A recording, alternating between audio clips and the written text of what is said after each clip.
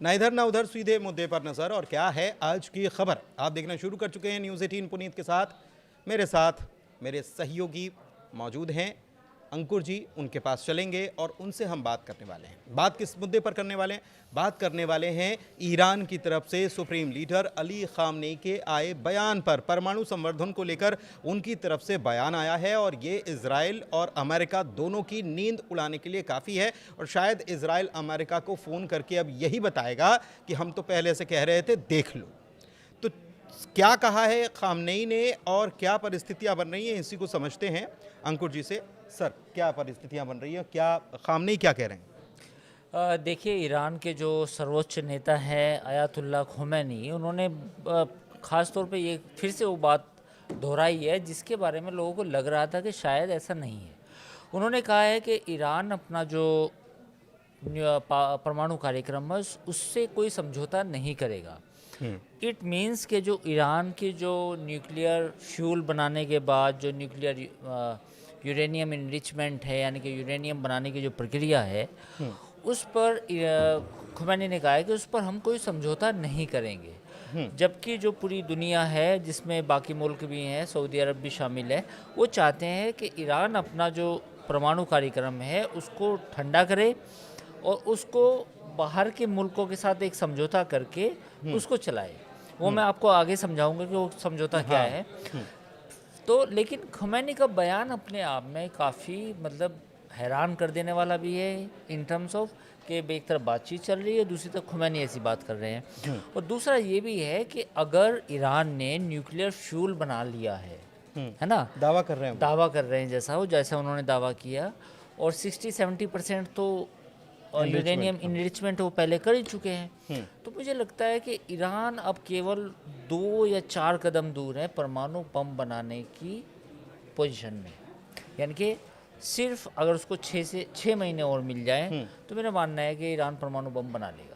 मतलब अभी उस पोजीशन में वो आ चुका है, लेकिन उसने ऐसा कुछ किया नहीं काफ़ी आ चुका है। आप ये देखिए ना, अगर ये दावा सही है, न्यूक्लियर फ्यूल बनाने की कैपेसिटी अगर आ गई है तो जो सेंट्रीफ्यूज हैं वो उनसे चलना शुरू हो जाएंगे।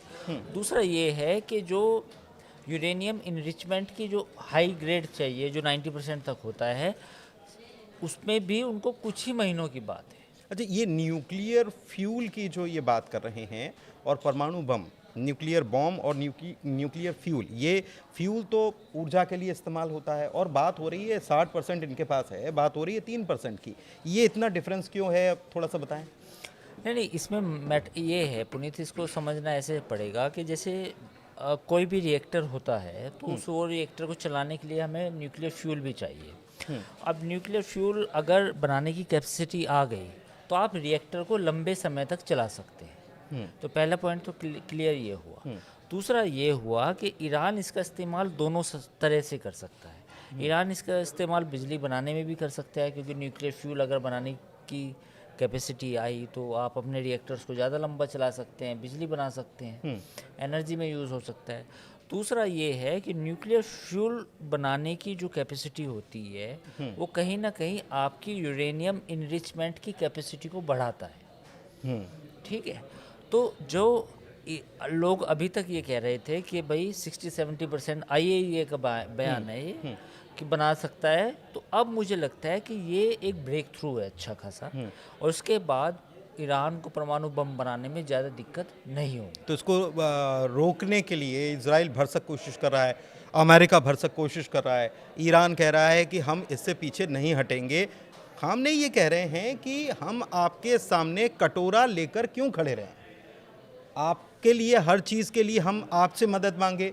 हमारे पास जो न्यूक्लियर प्लांट्स हैं, अगर 100 के करीब हमारे पास हैं, वो ये कह रहे हैं कि अगर 100 के करीब हैं तो उन न्यूक्लियर प्लांट्स को हम बंद कर दें तो उसका मतलब क्या होगा। तो ये तो हम बंद नहीं करने वाले। नहीं, बिल्कुल सही बात है। उन्होंने जो बात कही वो अपने हिसाब से बात सही कही, लेकिन पूरी दुनिया को तो ये मतलब अंदेशा है ना कि परमाणु बम अगर आप पास जिस दिन आ गया तो वो केवल इजराइल के खिलाफ इस्तेमाल होगा। डोमिनेट करेंगे पूरे मिडिल ईस्ट को, डोमिनेट करेगा मिडिल ईस्ट की। देखिए, ईरान। मैं उसी पे आ रहा हूँ। अब ये लोगों के मन में सवाल ये है, हमारे दर्शकों के मन में, कि ऐसा क्या समझौता करने जा रहे हैं। तो मैं उसकी कुछ डिटेल्स आपको बताता हूँ।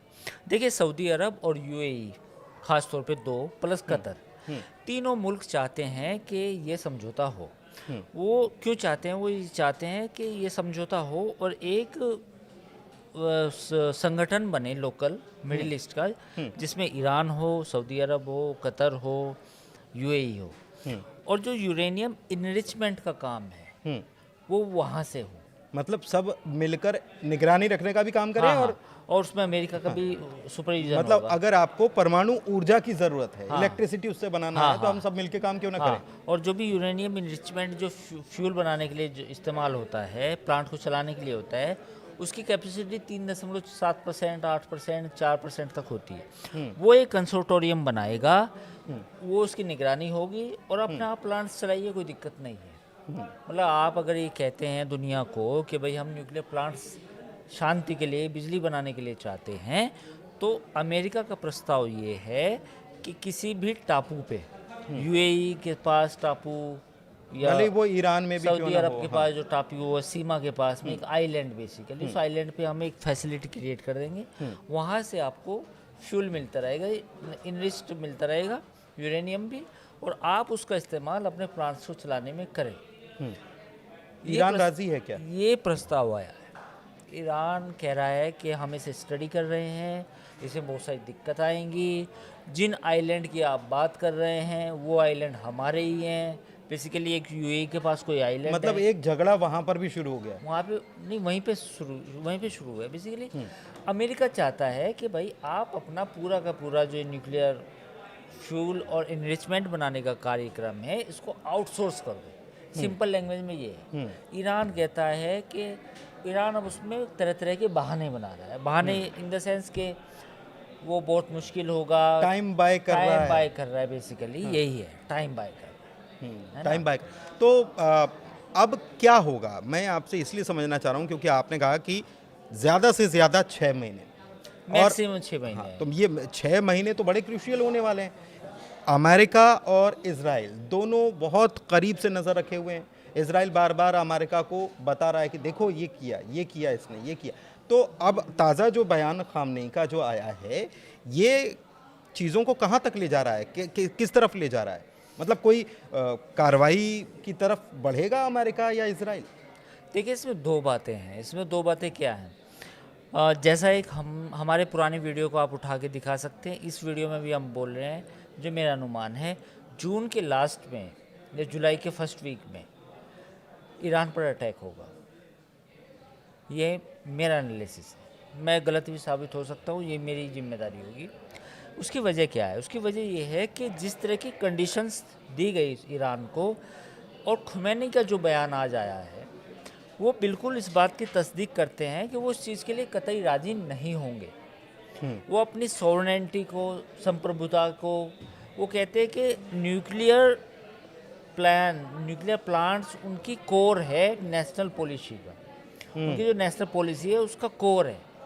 यानी कि अगर उन्हें न्यूक्लियर फ्यूल बाहर बनाना पड़ा तो ये हमारे वैज्ञानिकों के, हमारे हजारों वैज्ञानिकों के जो हम काम कर रहे हैं, मेहनत, उनकी तौहीन है। मेहनत तौहीन है उसकी। ये ईरान का कहना है, अयतुल्ला खुमैनी का कहना है। अयतुल्ला खुमैनी का ये कहना है कि हमारे हजारों लाखों इंजीनियर जिन्होंने 3-3 दहाइयों तक मेहनत की, 4-4 दशकों तक काम किया, वो बेकार हो जाएंगे और अनएम्प्लॉय हो जाएंगे। लेकिन ये काम उन्होंने किस लिए किया? सवाल तो ये है ना। हाँ, ये किस लिए किया? वो परमाणु बम बनाने के लिए किया। सच्चाई ये है। सच्चाई ये है। तो हमला होगा, आप ये कह रहे हैं? मतलब कोई और रास्ता है नहीं। ऐसी परिस्थितियां बन ऐसी रही। परिस्थितियां तो हैं। ये अभी बैठक जो होने वाली अगली कब है तय नहीं हुई मेरे ख्याल से, तो नहीं, अभी इस पे तय नहीं हो रही। टेक्निकलिटीज़ में अभी कोई तारीख नहीं आई है। जो अमेरिका के साथ जो बैठक होनी है उसकी तारीख नहीं आई है, लेकिन हाँ, एक बैठक और होगी। ट्रंप की भाषा बदल रही है, लेकिन ट्रंप की भाषा तो अब देखो, ट्रंप ने जो मैस पूरी दुनिया में हुआ है उनकी वजह से, तो वो तो हर जगह ही है। मैस यहाँ भी नहीं, है। वो तो कह रहे थे ना 2 दिन में गुड न्यूज़ आएगी, तो अब उनकी भाषा अब बदल रही है। उन्होंने कहा कि हम इस पर भी राजी नहीं होंगे जो ईरान कह रहे हैं। हाँ, तो बिल्कुल, अब वही तो मैं बात कह रहा हूँ। तो रूस यूक्रेन वाली बात होगी ना। रूस को, पुतिन को जब उन्होंने क्रेजी कहा, उसके बाद देखो ना आपने क्या हुआ वहाँ पे। यूक्रेन ने तभी तो हमला किया इतना बड़ा। तो अमेरिका भी देख रहा है। तो वही बात है कि जून के आखिर में इंतज़ार कीजिए पुनीत। ठीक है, सऊदी अरब इसमें कहाँ पोजीशनिंग लेता हुआ सऊदी नजर आ अरब ईरान को मनाने में लगा है कि मान जाओ आप, आपके फ़ायदे में है, पूरे रीजन के लिए अच्छा है, हमारे लिए भी अच्छा है। बेसिकली सऊदी अरब खुद चाहता है कि वो परमाणु बम बनाने की कैपेसिटी करे, लेकिन वो चूंकि अमेरिका को नाराज़ नहीं कर सकता, लेकिन वो चाहता है कि अमेरिका के सुपरविज़न में कम से कम कुछ प्लांट, न्यूक्लियर प्लांट सऊदी अरब के अंदर हो। एनर्जी का एक बड़ा इशू है भी, एनर्जी मिडिल के ईस्ट में इशू भी है। तो एक बड़ा इशू है। 2030 के बाद सऊदी अरब का जो प्लान है, 2040 के बाद, सॉरी माफ़ कीजिए, 40 के बाद सऊदी अरब चाहता है कि मेरा जो तेल के जो कुएँ हैं वो ड्राइड अप हो जाएंगे। वो होने के बाद मैं अपनी पूरी एनर्जी की जो रिक्वायरमेंट है मैं न्यूक्लियर प्लांट से पूरी करूँगा। तो वो अमेरिका के सहयोग से चाहता है। और इसमें चाहता है कि दोस्ताना चीज़ें हो कतर जाए, भी चाहता है। शांति तरीके से कतर हो भी जाए। बिल्कुल चाहता है, यूएई भी चाहता है। यूएई में एक प्लांट है जो अमेरिका की मदद से वहाँ पे चालू है। तो ये सब चाहते हैं, बट चूंकि they are all are ally of America, है ना, वो कतर अमेरिका तो बिल्कुल समझ लीजिए कि दूसरा अमेरिका मान सकते हैं बन कतर रहा है, को। बनने मिडिल ईस्ट में लेकिन अगर कतर देखा जाए के तो कुछ ये भी है, सैन्य अड्डे और तमाम चीज़ें लेकिन तो वो फिर पपेट गवर्नमेंट है। वो भी नहीं पपेट तो नहीं आप कहेंगे वो, लेकिन उनकी कुछ एक चीज़ें भी हैं, जैसे मुस्लिम ब्रदरहुड को सपोर्ट करना।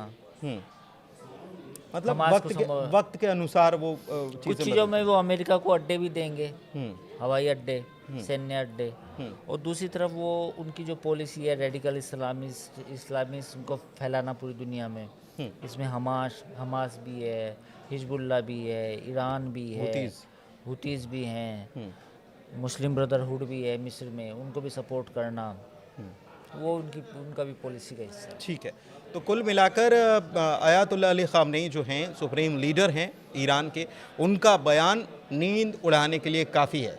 अमेरिका की भी इजराइल तो चौकन्ना पहले से है ही, लेकिन इस बयान के बाद ट्रंप क्या करते हैं, ट्रंप क्या कहते हैं, अगली मीटिंग में क्या चीज़ें निकलती हैं, उसके ऊपर नज़र रखना बेहद ज़रूरी है। तो उस पर नज़र हमारी भी बनी हुई है, अपडेट आप तक पहुंचाएंगे। फिलहाल इस वीडियो को यहीं समाप्त करते हैं, चर्चा को यहीं समाप्त करते हैं। चर्चा कैसी लगी बताइएगा कमेंट के ज़रिए, हमारे चैनल को लाइक कीजिए, सब्सक्राइब कीजिए। बहुत शुक्रिया।